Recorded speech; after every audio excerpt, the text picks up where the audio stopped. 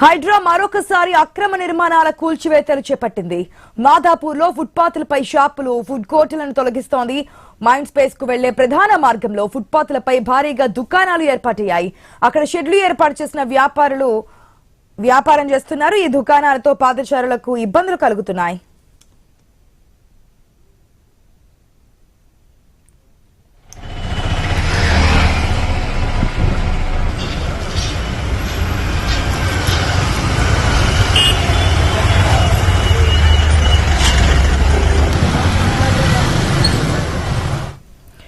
మన విజువల్స్ లో కూడా క్లియర్ గా చూస్తున్నాం. ఏదైతే హైడ్రా అక్రమ నిర్మాణాలకు సంబంధించి కొరడ జులిపిస్తూనే ఉంది. మెయిన్ గా ఇప్పుడు మాదాపూర్ లో ఏదైతే ఫుట్పాత్లు ఉంటాయో ఫుట్పాత్ల మీద వ్యాపారం చేస్తున్నటువంటి దుకాణాల వల్ల పాదచారులకు ఇబ్బంది కలుగుతుందన్న దృష్ట్యా హైడ్రా అయితే ఈ నిర్మాణాలు కూల్చివేస్తున్నట్టు తెలుస్తుంది. పూర్తి అప్డేట్స్ మా ప్రతినిధి ప్రవీణ్ ద్వారా తెలుసుకుందాం. ప్రవీణ్,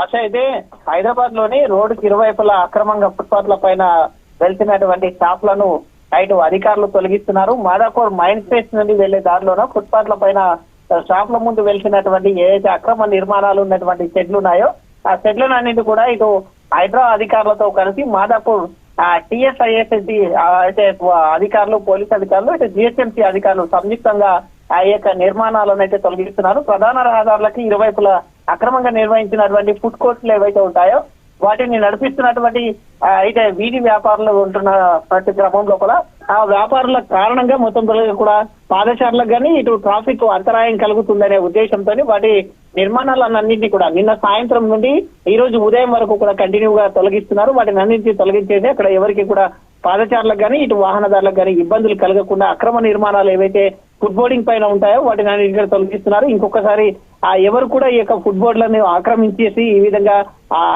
అక్రమ నిర్మాణాలను చేస్తే కనుక వారికి కఠినంగా చర్యలు ఉంటాయంటూ కూడా చెప్పడం జరిగింది. అదేవిధంగా దీంతో పాటు ఆయన వాహనదారుల నుంచి కూడా వస్తున్నటువంటి ఫిర్యాదుల మేరకే వీటిని అన్నింటినీ కూడా తొలగిస్తున్నామంటూ కూడా అధికారులు చెప్తున్నారు. Right Praveen, thanks for the update.